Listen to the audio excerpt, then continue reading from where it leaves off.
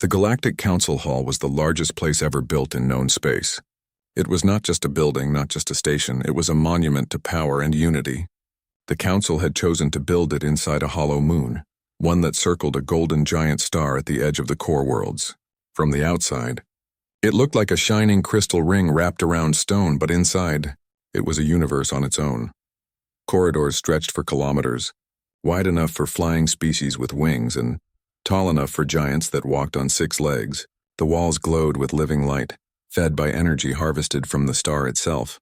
It was a place meant to impress, meant to remind every visitor that the Council was eternal, that it stood above all chaos of the galaxy. And today, it was full. Thousands of delegates had gathered. Some came wrapped in robes of liquid silk, others armored in plates of living metal. Some spoke with voices, others with vibrations, scents, or light patterns. Flags and symbols floated in the air, colors unknown to human eyes, representing empires that had lasted for millennia. They had come to witness something unusual. For centuries, whispers had spread of a small world in the outer spiral arms, a world too young to matter, a world too chaotic to last. That world was Earth. Some called it a rumor, others a joke. The older civilizations had always dismissed the thought that such a planet could one day rise high enough to send envoys to the Council. But now, the rumors were over. Earth had arrived. The air in the chamber grew tense as the announcement spread. Doors of crystal and light trembled as a new ship docked outside the moon. Delegates whispered in languages old as stars. Some mocked, some doubted, but many were curious. No one truly expected much from these humans. What could they show that the galaxy had not already seen? Yet when the ship appeared on the Council's great screen, silence fell. The ship was not like the others. The vessels of the core worlds were works of beauty. Some were curved like seashells, others glowed with living plasma, and some floated without engines at all, powered by laws of physics that humans had not yet dreamed of. But this ship from Earth, this was different. It was iron and fire. It was built for strength, not for beauty. Its hull was scarred with marks of battle, its edges sharp and unpolished. It was not a vessel made to impress, but to endure. The Council murmured again, this time with unease. Ships told stories of their people. This ship told a story of survival. The great doors opened and the humans stepped inside. There were only a handful of them, but they filled the hall as if they were an army. They did not wear jewels, nor robes, nor armor of light. Their clothes were simple, dark uniforms with touches of blue marked only by a small patch on the shoulder. On that patch was a symbol, a circle of blue oceans and green lands, the image of one single world, Earth. The galaxy had seen species that ruled 10,000 systems, species that harvested stars, species that bent time, and yet, here were humans who had only just begun their journey among the stars, daring to walk into the Council uninvited. Delegates leaned forward. Some whispered of arrogance. Others whispered of bravery. None could look away. The humans did not walk like beggars. They did not bow to the Council's grand display. They walked steady, eyes forward, their steps firm as if the chamber was theirs to claim. One of the insectoid envoys hissed in irritation. "Children." It spat in its clicking tongue. "They are only children." But another older being, one whose crystalline body had witnessed ages long forgotten, spoke softly. "No, not children. Survivors." And the word seemed to echo. Survivors. The humans reached the center of the hall, where countless species had stood before them, pleading for recognition, begging for a seat among the stars. But these humans, these strangers from a fragile blue world, stood differently. They stood as if they already belonged. The chamber grew quiet. Even the air seemed to hold its breath. The Council Hall, which had heard voices for thousands of years, now listened to silence. It was the silence of judgment, of expectation, of something new stirring in the galaxy. For the first time in ages, the great powers of the universe felt unsure. And so it began. Earth had arrived at the Council, not as myth, not as rumor, but as reality, and the galaxy would never be the same. The Council Hall, usually loud with arguments and noise, had grown quiet. Every delegate, every envoy, every observer had turned their eyes toward the new arrivals. Even the great beings of fire and stone, who usually ignored the affairs of lesser species, leaned forward to watch. The humans had stepped into the heart of galactic power, and the galaxy did not know what to make of them. Their ship still lingered on the great screen above the chamber. Unlike the graceful curves of the core world vessels, Earth's ship looked heavy, almost brutal. Its lines were sharp, its armor layered like the shell of some ancient creature. The scars of combat were clear, burn marks, patched hulls, dents that had not been polished away. To the older civilizations it seemed primitive. To others it seemed dangerous, but to the humans it was honest. Their ship told their story without shame. The first steps into the council chamber were slow, steady.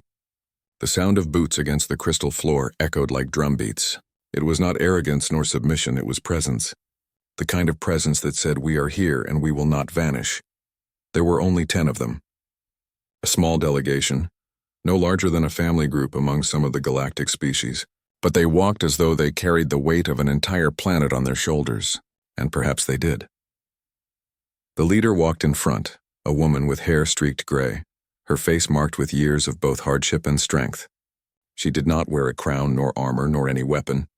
Her uniform was as plain as the others. The only difference was the way she carried herself, with quiet fire in her gaze, a fire that came from surviving storms and wars, from bearing the burden of countless lives. Behind her came soldiers, scientists, diplomats. They were not chosen for beauty or perfection, but for resilience. They did not walk like rulers. They walked like people who knew the meaning of pain and yet refused to stop. The council watched closely. Whispers passed between the rows. "They are smaller than I expected. They walk too boldly. Do they not know where they are? They do not bow." Some sneered. Others were cautious. A few, though, saw something they had not felt in centuries: curiosity. The humans did not bring guards of warships behind them. They did not bring fleets. They brought themselves.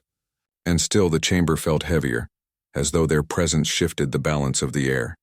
The banners of other worlds floated above the council seats, empires that spanned across galaxies, civilizations that had lived for thousands of years. Each banner shimmered with light and glory, but the humans had brought no banner. Only a patch on their sleeves, the image of a fragile planet of blue seas and green continents. It was almost laughable. One single world, daring to stand among civilizations of 1,000 stars, and yet no one laughed, because the humans did not look ashamed. They reached the center of the chamber. There, beneath the towering statue of the council's founders, they stopped. The silence thickened. Even the walls seemed to hold their glow more softly, as if the hall itself was waiting. One of the avian delegates clicked its beak and muttered, "They should kneel." Everyone kneels before the council, but the humans did not kneel. They stood tall, their eyes meeting the stares of beings older and more powerful than anything they had faced before. Their faces did not tremble. Their shoulders did not bow. The leader of the humans raised her chin not in arrogance but in quiet strength. She scanned the chamber, her gaze moving across creatures of fire, light, crystal, and shadow. She looked at them as equals. Not as gods, not as monsters, equals that. More than anything. Unsettled the council. Delegates began to whisper again, louder now, their voices filled with both confusion and unease. Predators, walking among us. They think themselves equal? Impossible. Dangerous. Very dangerous. Yet beneath all the fear there was something no one wanted to admit. Respect. Because in all the long history of the council, every new species had entered with fear in their eyes, with desperate pleading for recognition. They begged for mercy, for protection, for trade, for acceptance, but humans were different. They did not ask for mercy. They did not beg for protection. They simply arrived, and that alone spoke louder than words. The High Speaker of the Council, a being whose body shimmered like a galaxy of stars, shifted in its seat. It had seen empires rise and fall, had listened to countless voices echo through this chamber, but as it looked upon the humans, it felt something it had not felt in a very long time: uncertainty. The galaxy had prepared for warriors, for conquerors, or for frightened children. But what had arrived was something else entirely: a people who carried no illusions of perfection, a people who bore scars openly, a people who stood in silence, yet shook the very heart of the council. And though no one dared to say it aloud, every delegate knew the truth. The galaxy had just changed, and it began with footsteps that echoed across the crystal floor, footsteps that carried the weight of Earth. The humans stood in the center of the council chamber, silent but unshaken. Around them, the galaxy shifted uneasily. Delegates leaned toward each other, whispering in dozens of tongues, some with sound, others with light scent or movement. The whispers carried a sharp edge. "The predators have come," hissed an envoy whose body was scaled like molten rock. Its glowing eyes narrowed as it studied the humans. "Look at their eyes. Cold, focused. They are built for hunting." A crystalline being whose body reflected the light of the chamber in 1,000 colors muttered, "They walk like soldiers. This is no peaceful race. They will bring war to us all." Another delegate, a soft-bodied creature that floated on gas sacks, shivered in fear. "They don't belong here. They don't know the rules of the council. They should have been stopped before they entered." The words spread like wildfire, bouncing across the chamber. Fear mixed with suspicion mixed with hostility, and yet curiosity burned beneath it all. For in all their long history, the council had seen nothing quite like this. The humans were young, far younger than most civilizations present. They had no vast empire behind them, no fleets stretching across galaxies, and still they did not cower. They stood steady, shoulders squared, their gaze unflinching. The whispers grew louder. "Do you see the way they walk?" said an avian delegate with feathers like steel. "They do not bow, not even before the High Speaker." "They know no respect," another answered. "Perhaps they are too primitive to understand." But one voice, deep and ancient, spoke differently. A being older than the stars themselves, its body glowing faintly with the slow burn of a dying sun, murmured, "No, not primitive, proud." The word proud echoed in the silence that followed, though no one wished to admit it. The council was used to fear. They were used to species crawling into this chamber with trembling voices, begging for a place at the table. They were used to young races lowering their heads and pleading for guidance, protection, or recognition. But these humans did not plead. They did not lower their heads. They simply stood as if they already belonged. That made the galaxy nervous. The human delegation did not speak. They allowed the silence to stretch, and in that silence the council members saw too much. They saw the steady breaths of survivors. They saw the calm eyes of people who had faced storms and wars on their own world. They saw beings who did not need to pretend to be strong. They simply were, and it unsettled them deeply. The insectoid envoy from the hive worlds clacked its mandibles in frustration. "I do not like them," it muttered. "They smell of danger." The crystalline being beside it flickered with light. "Danger, yes, but also certainty. They are not afraid of us. That alone is dangerous." The whispers turned into arguments. Some demanded the humans be expelled. Others insisted they be tested. A few argued they should be heard. The chamber buzzed with tension like a storm building before lightning, but the humans did not move. Their leader, the woman with gray streaks in her hair, simply folded her hands behind her back. Her gaze traveled slowly across the sea of alien faces. She did not smile nor frown. She only watched. And in that watchfulness many felt a strange discomfort, like prey under the eyes of a predator or like students under the gaze of a teacher. She did not need to speak to command attention. Her silence spoke louder than the arguments swirling around her. For every whisper that called them dangerous, another whisper asked, "What have they endured to stand like this?" For every mutter that called them arrogant, another wondered, what gave them such unshakable confidence? The fear remained, but it was no longer simple fear. It was something deeper. Respect mixed with unease. Curiosity tangled with suspicion. The galaxy, for all its power, did not know what humanity truly was. The avian delegate screeched suddenly, its voice sharp. "Predators!" it cried, pointing a clawed wing toward the humans. "Look at their faces. Look at their eyes. They are predators, and predators cannot sit among the council. They will consume everything we have built." The chamber fell silent again, waiting for a reaction. Would the humans defend themselves? Would they argue? Would they lash out? But the humans did none of these things. They remained still. And in their stillness, in their calm refusal to react to insult or accusation, they spoke volumes. They showed patience. They showed control. They showed a strength that came not from weapons but from will. The delegates shifted uncomfortably, for in that moment many realized something terrifying. Predators lash out when provoked. But survivors? Survivors wait. Survivors endure. Survivors strike only when the time is right. The whispers grew softer now, almost fearful again. The galaxy, so sure of its place, so sure of its power, looked at this fragile species from a single blue world and felt something it had not felt in a long time. Uncertainty. And in that uncertainty, fear bloomed. For perhaps, just perhaps, the humans were not here to ask permission. Perhaps they were here to stay. The chamber lights dimmed slightly as the High Speaker of the Galactic Council rose from its seat. The speaker was not a single being, but a shifting form of light and energy, its body glowing like a cluster of distant stars. When it spoke, its voice was layered, carrying the weight of 1,000 echoes. Earth. The speaker's voice rolled through the hall, reaching every corner. You arrive uninvited. You come to this council without recognition, without invitation, without respect for our order. What claim do you have here? What right do you hold to stand among the great civilizations of this galaxy? The words thundered. The chamber trembled as if the very walls agreed with the speaker's challenge. Delegates turned eagerly toward the humans. Some smiled coldly, already expecting them to falter. Some whispered that the humans would finally bow, finally realize the mistake of standing before the oldest powers of the stars. Others leaned forward, waiting to see if the strange species would dare to answer at all. The humans stood still, their expressions calm, though the weight of the speaker's challenge pressed upon them like a mountain. Then, their leader, the woman with gray streaks in her hair, stepped forward. She moved slowly, not rushing, not stumbling. Her boots rang lightly against the crystal floor. When she stopped at the very center of the chamber, she looked up at the speaker, her eyes calm but burning with fire. She did not shout. She did not beg. She spoke with a steady voice, a voice that cut through the heavy silence like a blade. We come because we survived. The hall froze.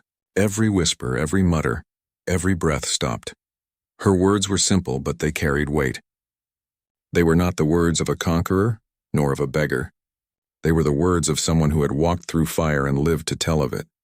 The speaker's glow shifted uneasily. Survived? It repeated as if the word was foreign, too small for the vastness of the galaxy. The human leader lifted her head higher. Yes, we are children of a fragile world, a world that shook with storms, that burned with fire, that drowned in its own oceans, a world that tested us again and again, breaking us, forcing us to fight for every step forward. We survived our world when it tried to kill us. Her voice grew stronger, carrying further across the chamber. We survived each other. We fought wars, terrible wars. We tore ourselves apart. And still we rose again. We learned. We endured. We carried scars, and still we built. The chamber was silent, utterly silent. The delegates who had mocked them now watched with unblinking eyes. We have no ancient empire stretching across galaxies. We have no eternal fleets. We are not the oldest. We are not the strongest. But we are still here. And that, more than anything, is why we stand before you, because we survived.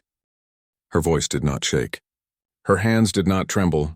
She spoke as if she carried not just her own voice, but the voices of every human who had lived and died before this day. The speaker did not respond. For once, the being of light and stars had no ready words.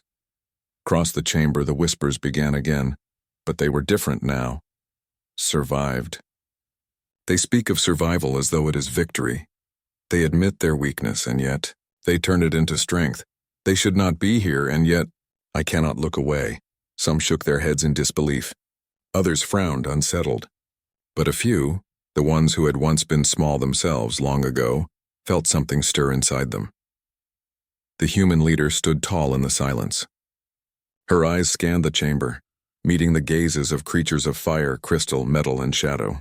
She did not look away. She did not flinch. And though her words had been simple, they struck deep, because every being in that chamber, no matter how powerful, no matter how ancient, knew the truth of survival. They knew the cost of enduring when everything tried to break you, and they saw in these fragile humans a reflection of their own first steps into the stars, steps they had long forgotten.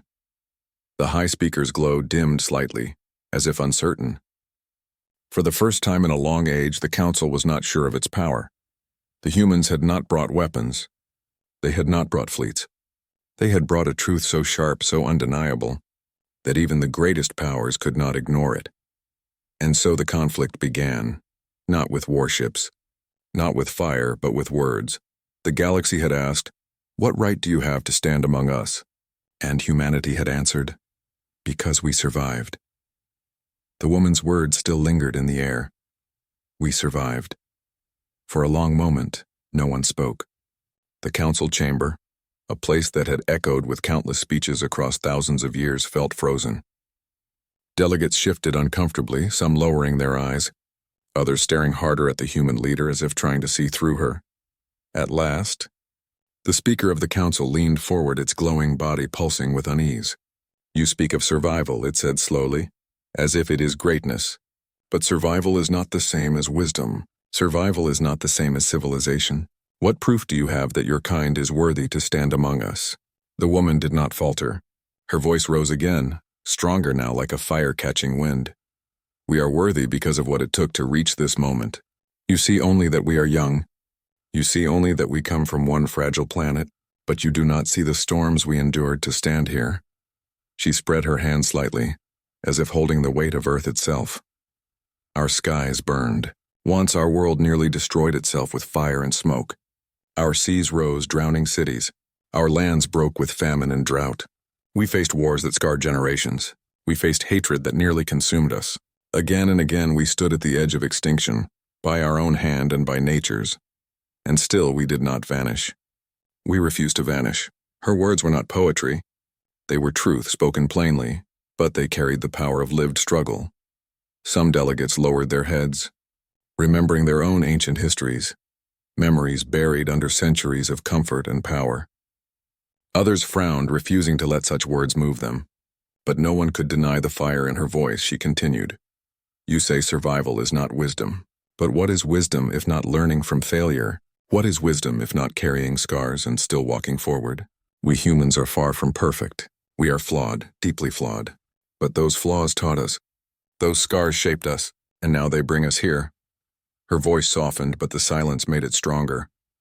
"We crossed the void not because it was easy, but because it was hard. We reached for the stars when everything told us to stay on the ground.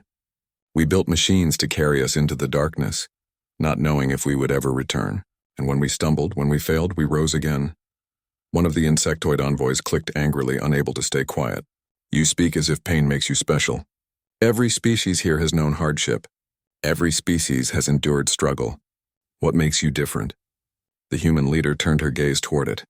Her eyes did not burn with anger, but with something far steadier. Resolve.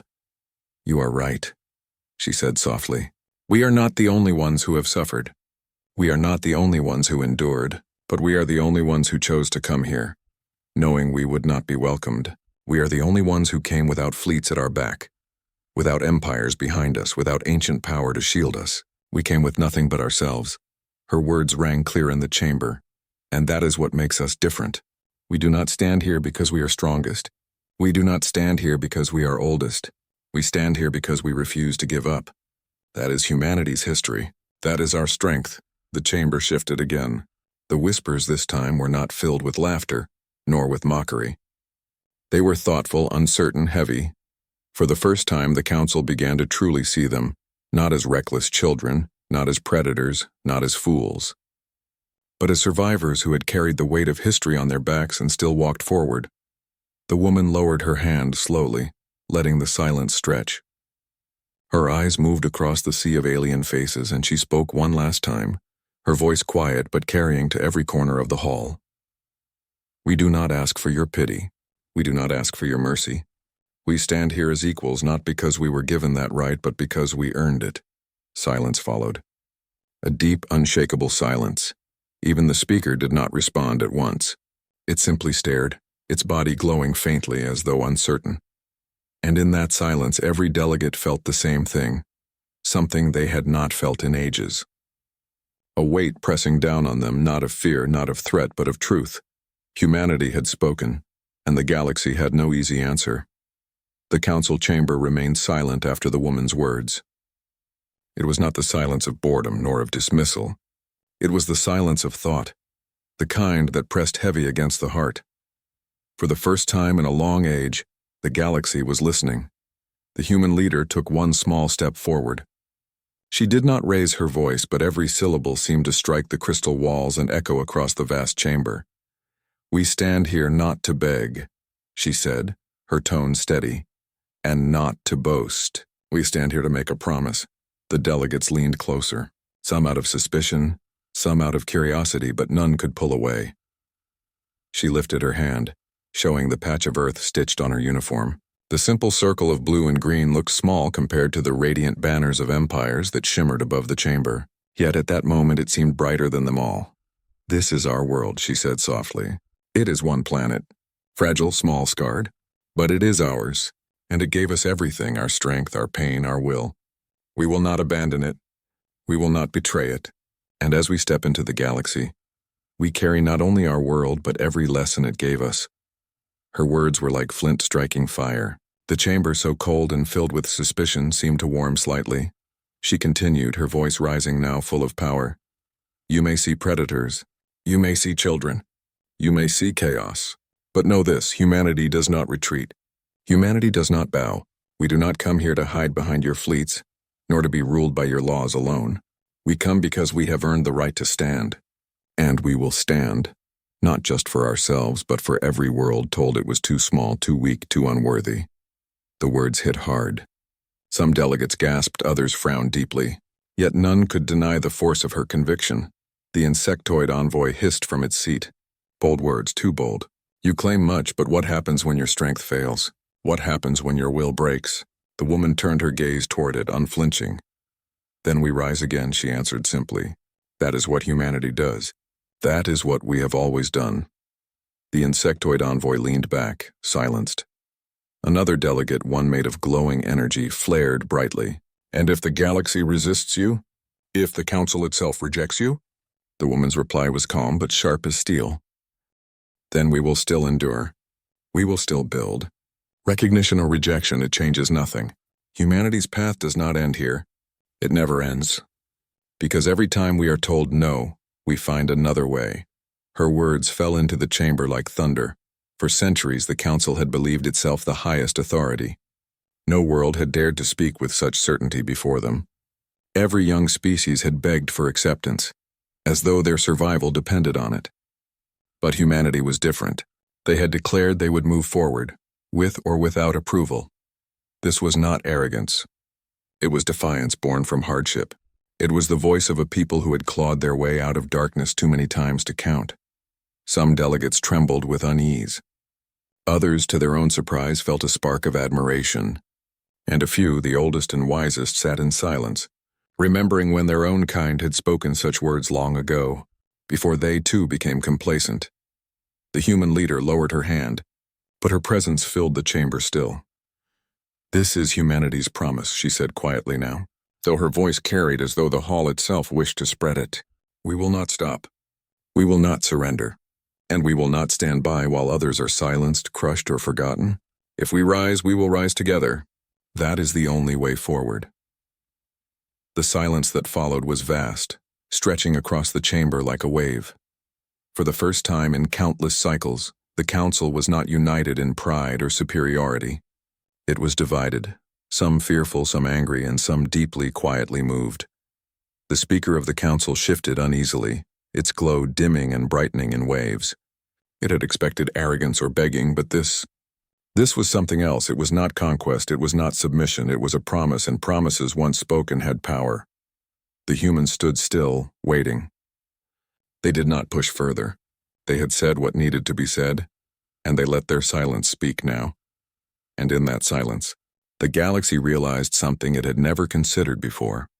This fragile race from a single, scarred world was not here to fade away. They were here to endure. They were here to change everything. The chamber of the Galactic Council had never felt so heavy. The words of the human leader still lingered, hanging in the vast crystal hall like sparks that refused to fade. The silence was no longer cold, it was alive, filled with tension, with fear, with hope. The speaker of the council shifted uneasily, its glowing body dimming. For cycles beyond memory, the council had been the voice of order, the judge of who could rise and who must remain in shadow. But now before them stood a people who refused to kneel, who spoke not with desperation but with fire. Humanity had promised. And promises, the council knew, could move galaxies. The insectoid envoy finally broke the silence, its mandibles clicking. You humans, you speak of rising together, yet your species is so young. What gives you the right to challenge the balance we built? The human leader did not flinch. She looked directly into its many eyes, her expression steady, her voice calm but unyielding. Our right, she said softly, is not given by you. It was written in the ashes of our wars, carved in the scars of our people, and earned in the moments when no one came to save us. We stood alone and we endured. That is our right. Her words struck deeper than any weapon. From the back rows, one of the smaller delegates stirred.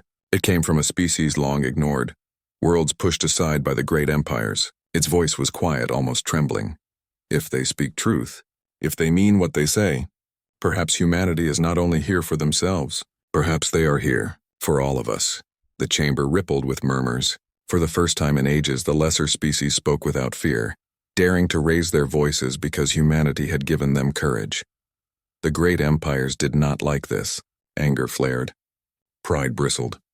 To them, humanity was dangerous, too bold, too unpredictable, too willing to break the order that had kept the council comfortable for so long. But beneath the anger, something else spread. Something even the mighty could not deny. Respect. The speaker finally rose, its voice echoing like thunder across the hall. Humanity, your words are dangerous.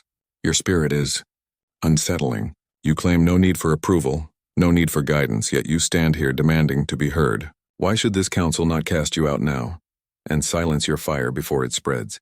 Every eye turned to the human leader. She stepped forward one last time, her voice no longer soft but ringing with the strength of all her people. Because you cannot silence us, she declared. Even if you cast us out, even if you close your doors, humanity will still endure.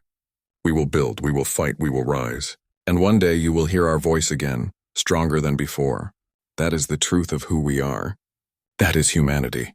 Her words thundered through the chamber, shaking even the oldest hearts.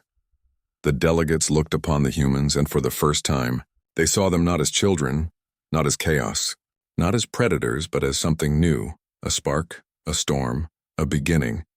Some whispered of danger. Others whispered of hope, but all of them knew this moment would be remembered. The speaker, ancient and wise, stared at the humans for a long time. Then slowly it gave a single nod. Very well, it said. Earth shall take its seat among us. Not as a child, not as a subject, but as a voice. A new voice in the chorus of the stars. Gasps filled the chamber, some in outrage, some in relief. The decision was made. The human delegation stood tall. They did not cheer, did not boast. They simply nodded as though they had expected nothing less. And in that quiet strength, the galaxy realized the truth. Humanity had not come to beg. Humanity had not come to conquer. Humanity had come to change everything. From that day, nothing in the galaxy would ever be the same.